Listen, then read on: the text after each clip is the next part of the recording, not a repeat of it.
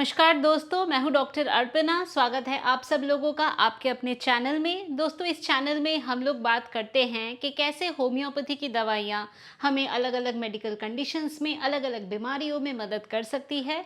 दोस्तों, आज हम लोग बात करेंगे, अगर आप लोगों को कफ कोल्ड की टेंडेंसी है, बहुत जल्दी जल्दी गला खराब हो जाता है, सर्दी ज़ुकाम हो जाता है, साइनस में पेन होने लगता है, साइनोसाइटिस की दिक्कत होने लगती है, तो ऐसी तमाम कंडीशन, यानी अगर आपको कफ कोल्ड की टेंडेंसी शरीर में ज़्यादा है, तो ऐसे में कौन सी हमारी होम्योपैथी की दवाइयाँ हैं जो आपको मदद कर सकती है।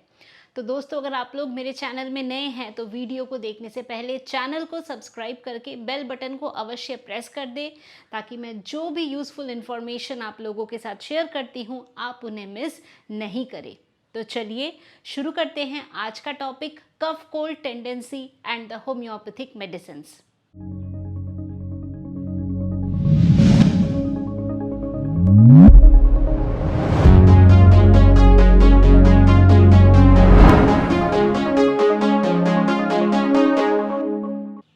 तो दोस्तों, बहुत जल्दी जल्दी सर्दी ज़ुकाम होना, खांसी होना, ऐसा क्यों होता है? तो ये हो सकता है आमतौर पे इन्फेक्शन के वजह से, बैक्टीरियल इन्फेक्शन है या वायरल इन्फेक्शन है। अगर आप एलर्जिक हैं तो एलर्जिक टेंडेंसी होने की वजह से ऐसा हो सकता है। अगर किसी कारणवश आपकी जो रोग प्रतिरोधक क्षमता है, जो इम्यूनिटी है बॉडी की, वो कम है, तो इम्यूनिटी कम होने की वजह से भी ऐसा हो सकता है। Change of season, change of weather, तो ये हमारे कुछ और कारण हो सकते हैं जिसके वजह से बड़ी ही जल्दी जल्दी सर्दी ज़ुकाम का सामना करना पड़ सकता है। दोस्तों, इसके अलावा कुछ और ट्रिगरिंग फैक्टर हो सकते हैं। तो ट्रिगरिंग फैक्टर क्या है? अगर आपकी नींद प्रॉपर नहीं हो रही है, आपका डाइट अच्छा नहीं है, आप बहुत ज़्यादा ठंडा कुछ खा रहे हैं, पी रहे हैं, आपको स्ट्रेस है, वेदर का चेंज हो रहा है, या कोई ऐसी हैबिट है जैसे स्मोकिंग है, तो इनके वजह से भी ये एक ट्रिगरिंग फैक्टर की तरह काम कर सकता है, या इसके वजह से आपकी जो कंडीशन है वो फर्दर वर्सन हो सकती है या बिगड़ सकती है। तो चलिए अब हम बात करते हैं कि होम्योपैथी की वो कौन सी दवाइयाँ हैं जो ऐसी कफ कोल्ड के टेंडेंसी में बहुत ही लाभदायक है। दोस्तों, हमारी सबसे पहली मेडिसिन है हीपरसल्फ। अब ये जो हीपरसल्फ दवा है, ये हम देखते हैं कि हीपरसल्फ के जो लोग होते हैं ये बहुत ज़्यादा सेंसिटिव होते हैं, और अगर थोड़ा भी हवा का कुछ झोंका लगता है, ड्राफ्ट ऑफ एयर का एक्सपोजर होता है, तो उनको तुरंत ठंड लग जाती है। अब मान लीजिए अर्ली मॉर्निंग बाहर गए हैं और ठंडी हवा चल रही है या वेदर बदल रहा है, तो उनको तुरंत ठंड पकड़ लेगा, छींकना शुरू हो जाएगा, खांसी होने लगेगी। या अगर दरवाज़ा खुला हुआ है और ठंडी हवा आ रही है, जैसे मॉर्निंग में उठ के हम लोग जनरली बालकनी का दरवाज़ा खोल देते हैं, तो दरवाज़ा खोला और वो जो ठंडी हवा लगी उसके साथ साथ छींकें शुरू हो गई, तो बेसिकली ओवर सेंसिटिविटी होती है। और कोई भी स्लाइट ड्राफ्ट ऑफ एयर या हवा के झोंके लगने के वजह से अगर ऐसी प्रॉब्लम हो, ज़ुकाम होने लगे, छींके आने लगे, लेरिंजाइटिस की प्रॉब्लम होने लगे, होर्सनेस होने लगे, गले में दर्द होने लगे, तो ऐसे में हम हीपरसल्फ मेडिसिन का प्रयोग कर सकते हैं। तो बेसिकली जो लोग बहुत ज़्यादा सेंसिटिव हैं, तो ओवर सेंसिटिव लोगों को, और जिनको बहुत फ्रिक्वेंटली ऐसे सर्दी ज़ुकाम या छींकें आने लगती हैं, तो इनके लिए हीपरसल्फ एक अच्छी दवा है जिसका प्रयोग कर सकते हैं। दोस्तों, हीपरसल्फ को हम 30 पोटेंसी में दे सकते हैं, 5-5 गोली दिन में 3 से 4 बार इसको लिया जा सकता है, और इससे जो आपका ओवर सेंसिटिविटी है वो काफ़ी हद तक कंट्रोल हो सकती है। दोस्तों, अगली हमारी मेडिसिन है काली बाइक्रोमिकम। ये जो दवा है काली बाइक्रोमिकम, इसका एक बहुत स्पेशल एफिनिटी है, चाहे वो एयर पैसेजेस हो या वो बॉवल हो या जो गैस्ट्रिक म्यूकोजा हो। और काली बाइक्रोमिकम में क्या होता है कि डिस्चार्ज प्रोड्यूस होता है जो कि बहुत ज़्यादा थिक होता है और इजीली एक्सपेक्टोरेट नहीं होता। यानी सुबह उठ के गले में खराश सी बनी रहती है, ऐसा लगता है गले में बलगम है, पर इजीली वो निकलता नहीं है, प्रॉब्लम होती है। तो जब ऐसा रोपी स्ट्रिंगी डिस्चार्ज हो, तो ऐसे में काली बाई एक अच्छी मेडिसिन है। इवनिंग टाइम में हम देखते हैं प्रॉब्लम ज़्यादा होती है, छाती में दर्द होता है, कई बार ऐसा लगता है कि जो दर्द है वो आगे से पीछे की तरफ जा रहा है, पीठ में दर्द जा रहा है। तो ऐसा भी हमें देखने को मिल सकता है। सो बेसिकली जब भी हम देखें कि बहुत ज़्यादा थिक बलगम है जो कि निकलता नहीं है, जिसको निकालने में बहुत दिक्कत होती है, बहुत ज़्यादा हेम एंड हॉक होता है, बहुत ज़्यादा खासकर बलगम निकालना पड़ता है, रोपी स्ट्रिंगी डिस्चार्ज हो, तो ऐसे में काली बाइक्रोमिकम मेडिसिन बहुत अच्छा काम करती है। इसको भी 30 पोटेंसी में लिया जा सकता है, 5-5 गोली दिन में 3 बार करके ले सकते हैं, जिससे जो ये टेंडेंसी है या रोपी डिस्चार्ज होने की टेंडेंसी है, इसको काफ़ी हद तक कंट्रोल किया जा सकता है। दोस्तों नेक्स्ट हमारी मेडिसिन है काली म्योर, या इसको हम क्लोराइड ऑफ पोटैश भी कह सकते हैं। ये जो काली म्योर हमारी दवा है, ये आपको मदद करेगी जब आपको गैस्ट्रिक सिम्टम्स के साथ साथ अस्थमा जैसे सिम्टम्स देखने को मिलते हैं। काली म्यूरियाटिकम में भी हम देखते हैं कि काफ़ी ज़्यादा बलगम या डिस्चार्ज बनता है, म्यूकस बहुत ज़्यादा बनता है। कई बार ऐसा लगता है कि पूरे छाती में म्यूकस भरा है और जो म्यूकस है वो गाढ़ा है, तो जो रैटलिंग हो रही है या एयर पास कर रहा है पूरे म्यूकस में से, और छाती में पूरा म्यूकस भरा हुआ है विच इज़ थिक, जो कि गाढ़ा है।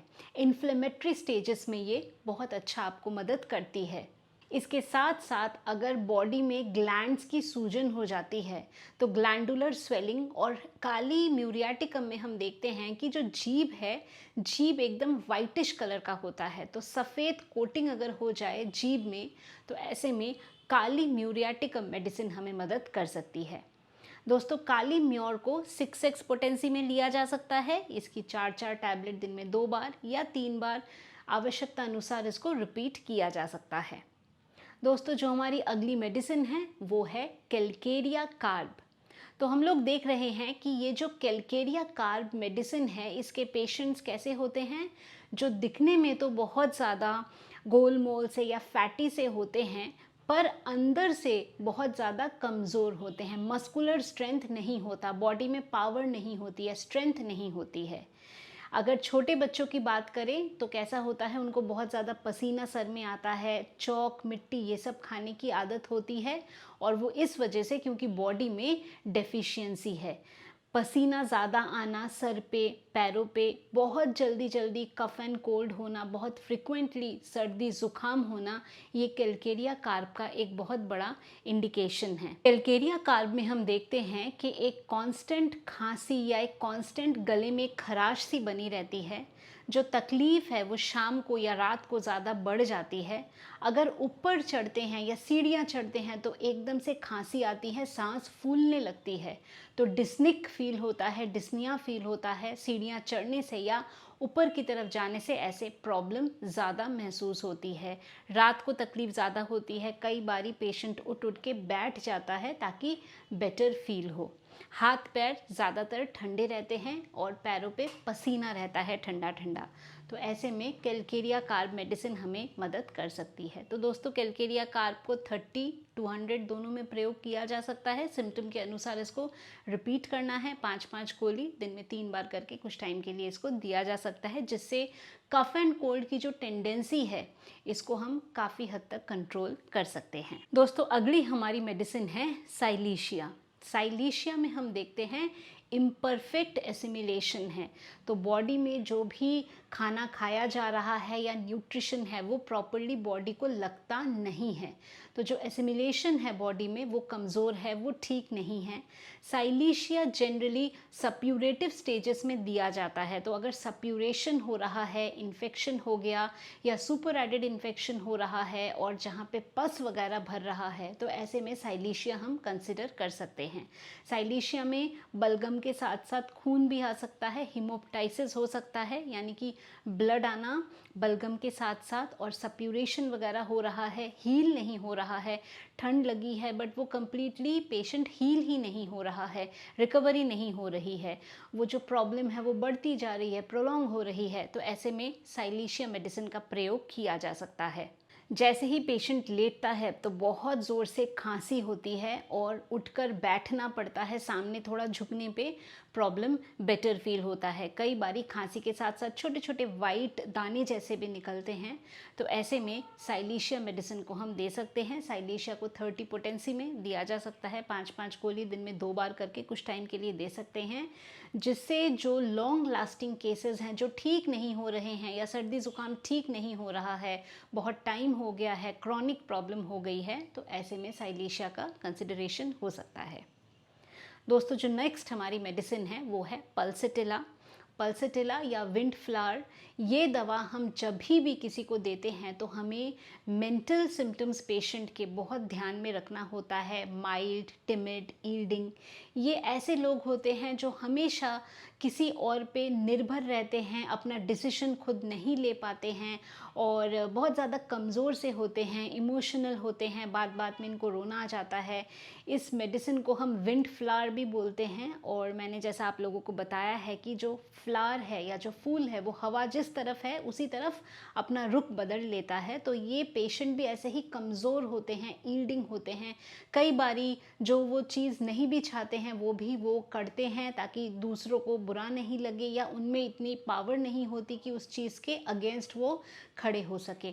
Generally mild, timid, yielding female को ये दवा दी जाती है। और कफ कोल्ड की अगर हम बात करें तो जब कफ कोल्ड राइपेंड हो जाता है या सर्दी ज़ुकाम पक गया है बॉडी में, काफ़ी टाइम से है, जो बलगम है वो एकदम गाढ़ा गाढ़ा ब्लैंड सा बलगम निकलता है, ग्रीनिश कलर का हो सकता है, तो ऐसे में जो पल्सटिला मेडिसिन है इसका प्रयोग कर सकते हैं। इनको प्यास एकदम भी नहीं लगती है, थर्स्टलेस होते हैं।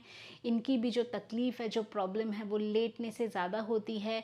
छाती में एक कंजेशन का महसूस होता है, अगर उठकर बैठते हैं तो प्रॉब्लम में बेटर फील करते हैं।